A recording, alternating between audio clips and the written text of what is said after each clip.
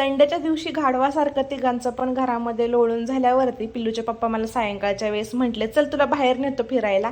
आणि फिरायला न्यायच्या नावाखाली मला पेट्रोल पंपावरती घेऊन गेले पेट्रोल टाकायला, कारण उद्यापासून त्यांना कामावरती जायचं होतं. त्यांनी स्वतःचं काम करून घेतलं. म्हटलं बाहेर आणलं तर थोडंफार खाऊ घाला काहीतरी, कारण 1-1.5 महिना झालं मी बाहेरचं काहीच खाल्लं नव्हतं.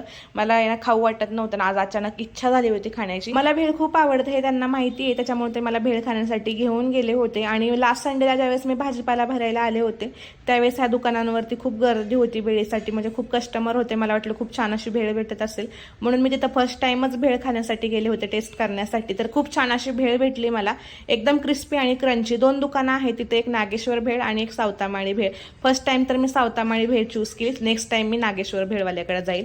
भेळ खाऊन झाल्यावरती पिल्लूच्या पप्पांना मंचुरियन भेळ खायची इच्छा झालेली होती. मग आम्ही मंचुरियनवाल्याच्या दुकानावरती गेलो. इथं खूप छान आणि एकदम टेस्टी आणि स्वस्त दरामध्ये मंचुरियन भेळ भेटते. आम्ही ऑर्डर तर मंचुरियन भेळीची दिली होती, पण त्याने मंचुरियन भेळीच्या ऐवजी त्याने मंचुरियन दिले. त्याने व्यवस्थित ऐकलं नाही वाटतं, त्यामुळे पिल्लूच्या पप्पांनी लगेच मला टोमणा मारला. घरामध्ये आरडाओरडा करता येतो आणि बाहेर आल्यावरती तुला ऑर्डर देताना आवाज निघत नाही का? आता घरामध्ये बोललेलं वेगळं आणि बाहेर बोललेलं वेगळं, दोन्हीमध्ये फरक पडतोच. तर समोर आईस्क्रीमची गाडी दिसली म्हणून पिल्लूने आईस्क्रीमसाठी हट्ट केला. त्याला मँगो आईस्क्रीम घेऊन दिली.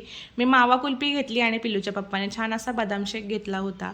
तर आता भेटू नेक्स्ट व्हिडिओत. बाय.